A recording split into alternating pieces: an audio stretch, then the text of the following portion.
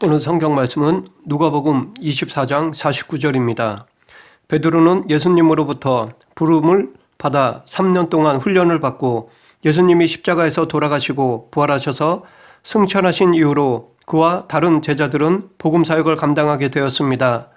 이때까지의 기간을 그의 인생의 전반부라 한다면 이 전반부의 내용은 사복음서에 기록되어 있습니다. 예수님은 제자들에게 준비를 많이 시키셨으며 실제로 베드로는 자기가 죽기까지 예수님을 따르겠다고 결단할 정도의 신앙까지도 보였습니다. 그러나 가장 중요한 결정적인 순간에 그의 믿음은 여지없이 허물어지고 말았습니다. 예수님이 붙잡히셔서 대제사장의 뜰에 재판받으실 때였습니다. 그는 자신의 신앙을 증명해 보여야 할 결정적인 순간에 대제사장 앞에서도 아닌 한낱 여종 앞에서 철저하게 패하고 말았습니다. 베드로의 부인 장면에서 복음서의 저자는 의도적으로 대조를 보이므로 베드로의 연약함을 강조하고 있습니다. 즉, 큰 바위를 의미하는 반석, 베드로가 오히려 작은 여종 앞에서 무너진 것입니다. 이때 베드로는 처음에는 모든 사람 앞에서 부인하다가 두 번째는 맹세하고 또 부인하다가 세 번째는 저주하며 맹세하여 부인했습니다.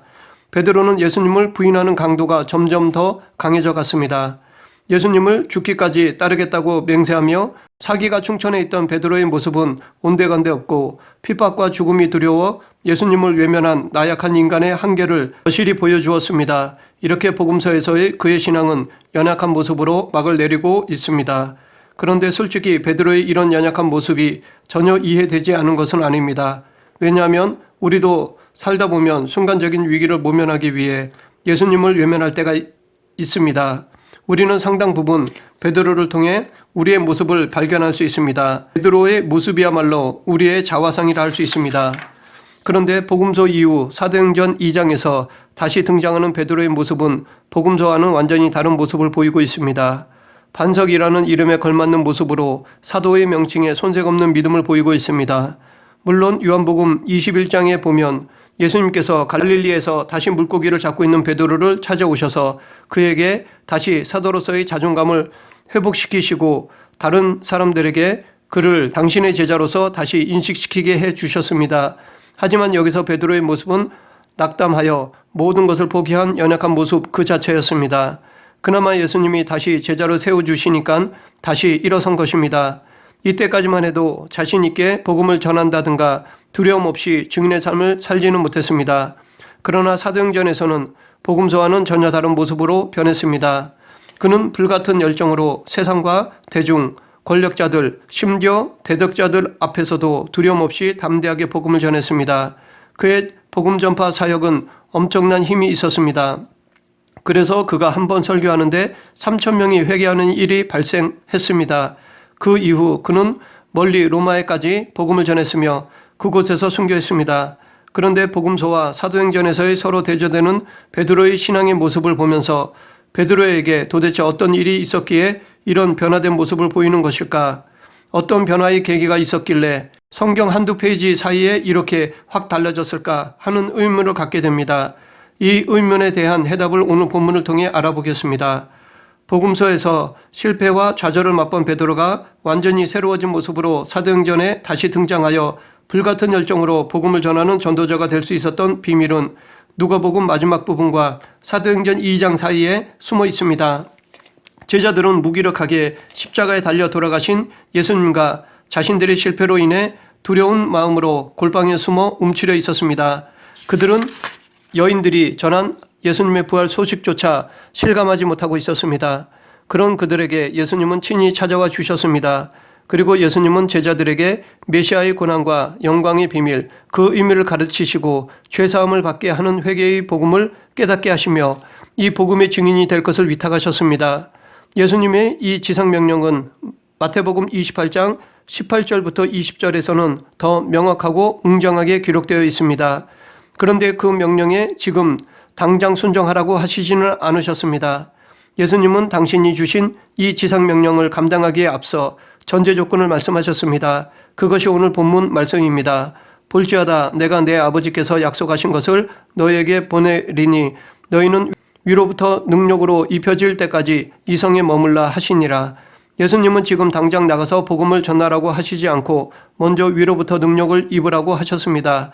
혹시 제자들 중에는 부활하신 예수님을 만나고 예수님으로부터 명령을 받았을 때 다시 용기가 솟고 사기가 올라 지금 당장이라도 세상에 뛰쳐나가고 싶은 사람들이 있었을 것입니다. 그러나 예수님은 이 상태로 나가면 머지않아 다시 실패할 수밖에 없다는 것을 아셨습니다. 복음서에 보면 알 수 있듯이 인간적인 열정으로 하려다가 실패했던 것을 반복할 수 있었기 때문에 예수님은 말렸던 것입니다. 그래서 예수님은 제자들에게 먼저 위로부터 능력으로 입혀질 때까지 머물라라고 하신 것입니다. 그러면 예수님이 말씀하신 위로부터 능력이란 무엇일까요? 그것은 성령님입니다. 위로부터의 능력, 즉 성령님의 권능을 받고 그의 권능으로 사명을 감당하라는 것입니다. 이것을 사도행전 1장 8절에서는 오직 성령이 너에게 임하시면 너희가 권능을 받고 예루살렘과 온 유대와 사마리아와 땅끝까지 이르러 내 증인이 되리라 라고 말씀하셨습니다. 그렇기 때문에 제자들은 사명을 감당하기에 앞서 먼저 성령의 임재와 그의 권능을 받아야 했습니다. 성령님은 보혜사이십니다. 보혜사라는 말은 헬라어 파라크레토스로 위로하다, 격려하다, 변호하다, 도와주다 라는 뜻입니다. 성령님은 우리에게 이런 역할을 해주십니다. 다시 말해 성령님은 우리의 위로자가 되시고 상담자가 되시며 변호자, 협조자가 되십니다. 또한 성령님은 삼위일체의 하나님으로서 창조에 동참하셨고 구원 사역에도 동참하셨으며 특히 성자 하나님의 탄생과 사역, 십자가와 부활에도 참여하셨습니다. 성부 하나님이 우주 만물의 창조자이시며 섭리자이시라면 성자 하나님은 인류를 구원하신 구세주이십니다. 그리고 성령 하나님은 교회 창설의 주역이시며 성화의 주님이십니다. 특별히 보혜사로서의 성령 하나님은 교회와 성도들을 보호하시고 인도하셔서 그리스도의 통치 아래 들어가도록 도우시는 하나님이십니다. 그렇기 때문에 예수님은 바로 그 성령님이 임하시기까지 기다리라고 제자들에게 말씀하셨던 것입니다.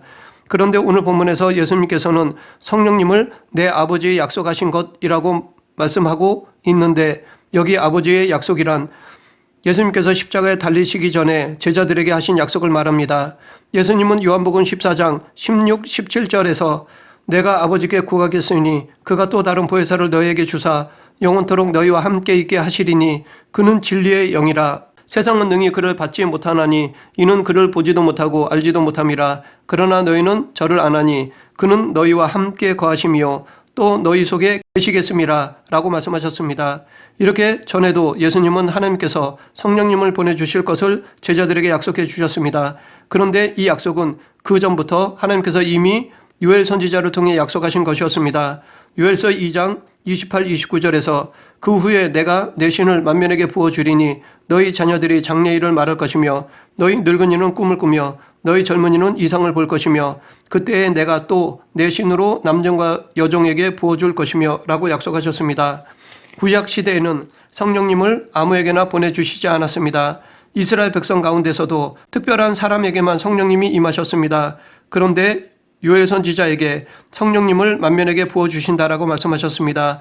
이스라엘 백성들 중에 특별히 부름받은 사람뿐 아니라 일반 백성들, 더 나아가 이방인까지도 이 성령님을 부어주시겠다고 약속하셨습니다. 그런데 더 놀라운 것은 남종과 여종에게까지라고 말씀하셨습니다. 당시 종은 사람 취급을 받지 못했습니다. 인격적으로 인정을 받지 못한 그런 종에게도 성령님을 부어주신다고 약속하셨습니다. 이 약속이 예수님을 통해 다시 한번 확인되었고 사도행전 2장에서 현실로 이루어졌습니다. 이 약속은 지금도 계속되고 있습니다. 오늘 본문에서 예수님이 제자들에게 사명을 감당하기 전에 먼저 위로부터 능력을 입혀질 때까지 머물라고 말씀하셨듯이 우리도 사명을 감당하기 전에 성령님의 권능을 기다려야 합니다. 우리는 사명을 감당할 때 일 자체를 앞세울 때가 있습니다. 무언가 눈으로 보이는 업적이 빨리 성취되어야 하나님의 사명을 감당하는 것처럼 생각하는 경향이 있습니다. 이러한 마음을 가지다 보면 얼마 안 가서 곧 지쳐버리게 되고 결과도 좋지만은 않습니다. 그렇다고 마냥 성령님의 권능을 기다리느냐 하면 그것도 아닙니다. 우리는 성령 세례를 받은 자로서 항상 성령 충만을 강구해야 합니다. 그러면서 사명을 감당해야 합니다. 성령의 권능을 받지 못했다는 핑계로 사명을 회피한다면 그것도 잘못된 것입니다. 당시 예수님의 제자들은 성령 세례를 받지 않았기 때문에 성령 세례를 받을 때까지 기다리라고 한 것입니다. 하지만 우리는 이미 성령 세례를 받은 자로서 늘 성령 충만을 구하며 주신 사명을 감당해야 합니다. 여기서 베드로와 다른 제자들은 비로소 자신들이 실패할 수밖에 없었던 이유를 깨달았습니다. 그래서 베드로와 다른 제자들은 예수님의 말씀대로 성령님의 오심을 기다렸습니다. 누가복음 24장 52, 53절에 보면 이들은 기쁨으로 예루살렘으로 돌아가 성전에서 늘 하나님을 찬송했습니다. 사도행전 1장 12절부터 14절에서는 더 구체적으로 말하고 있는데 베드로와 다른 제자들 120여 명의 성도들이 다락방에 모여 약속하신 성령의 능력을 힘입기 위해 함께 마음을 모아 전심으로 기도에 힘썼습니다. 그렇게 한 결과 보내주시겠다고 약속하신 성령님이 오순절 날에 베드로와 성도들에게 충만히 임했습니다. 제자들은 성령 강림 후 그동안 숨어있던 생활에서 벗어나 유대인들을 향해 담대하게 복음을 증거하기 시작했습니다. 베드로는 죽음이 두려워 주님을 3번이나 부인했고 다른 제자들도 예수님께서 붙잡히실 때 다 예수님을 버리고 도망갔으며 예수님께서 십자가에서 죽으신 후에는 유대 종교 지도자들을 두려워하여 숨어 있었습니다. 이런 베드로와 다른 제자들이 성령의 권능으로 예루살렘 한복판에서 소리를 높여 복음을 외친 것입니다. 성령님이 임하고 나서야 비로소 담대하게 복음을 외칠 수 있었습니다. 예수님은 우리도 이렇게 담대하게 복음을 전하기를 원하십니다. 불신자들 앞에서 소극적인 자세로 복음을 전하는 것을 원치 않으십니다. 그런데 이것은 쉽지 않습니다. 왜냐하면 복음을 담대하게 외치고 전하는 것이 성격이 좋다고 신앙생활을 오래 했다고 많이 배웠다고 되는 것이 아니기 때문입니다.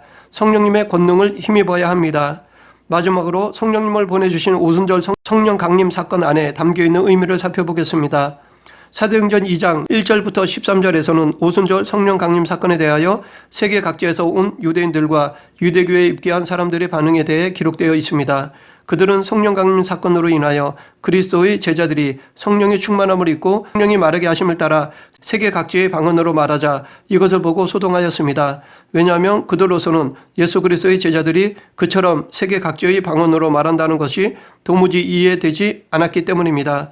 갈릴리에서 태어나 갈릴리에서만 자란 사람들이 그것도 변변한 정규 교육 한 번 제대로 받아본 일이 없는 사람들이 세계 각처의 방언을 유창하게 할 수 있다는 것이 상상조차 할 수 없는 일이었습니다. 하지만 그들의 합리적 이성으로 도저히 납득할 수 없는 일이 눈앞에서 벌어지고 있었습니다. 그래서 그들은 소동할 수밖에 없었던 것입니다.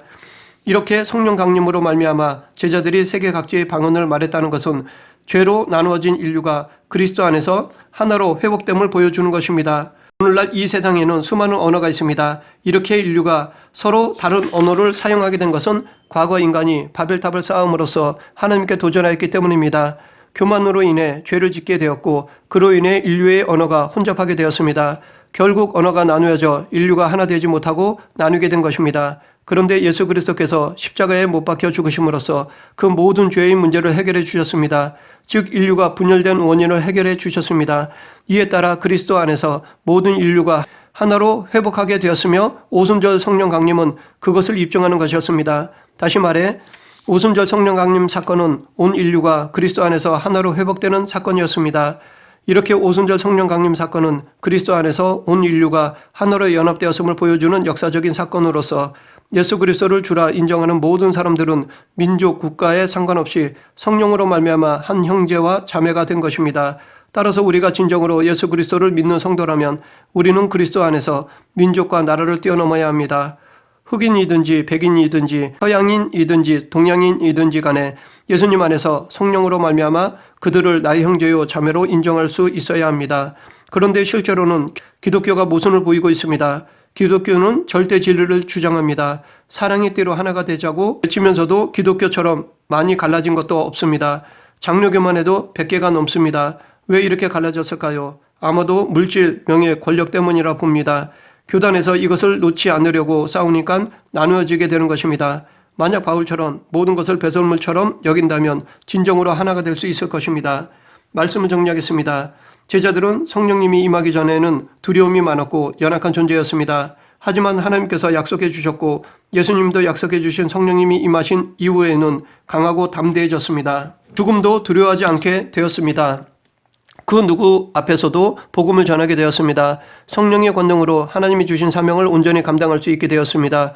우리도 성령님의 권능으로 사명을 감당한다면 전능하신 성령님의 힘으로 어떤 난관도 극복할 수 있고 결국 주신 사명을 온전히 감당할 수 있습니다. 그러기 위해서는 우리는 날마다 성령 충만을 간구해야 할 것입니다. 우리 모두 성령 충만하여 성령님의 권능으로 주신 사명을 감당하는 성도가 되길 간절히 축원합니다. 기도하겠습니다. 사랑과 은혜가 풍성하신 하나님 아버지, 하나님께서 주신 사명을 감당하기에 앞서 성령님의 권능보다 내 생각 내 의지를 앞세울 때가 있습니다. 내 생각 내 의지보다 먼저 성령님의 권능을 구하는 성도가 되게 하시고 성령님의 권능으로 주신 사명을 완수하는 성도들이 되게 하여 주시옵소서. 예수님 이름으로 기도드립니다. 아멘.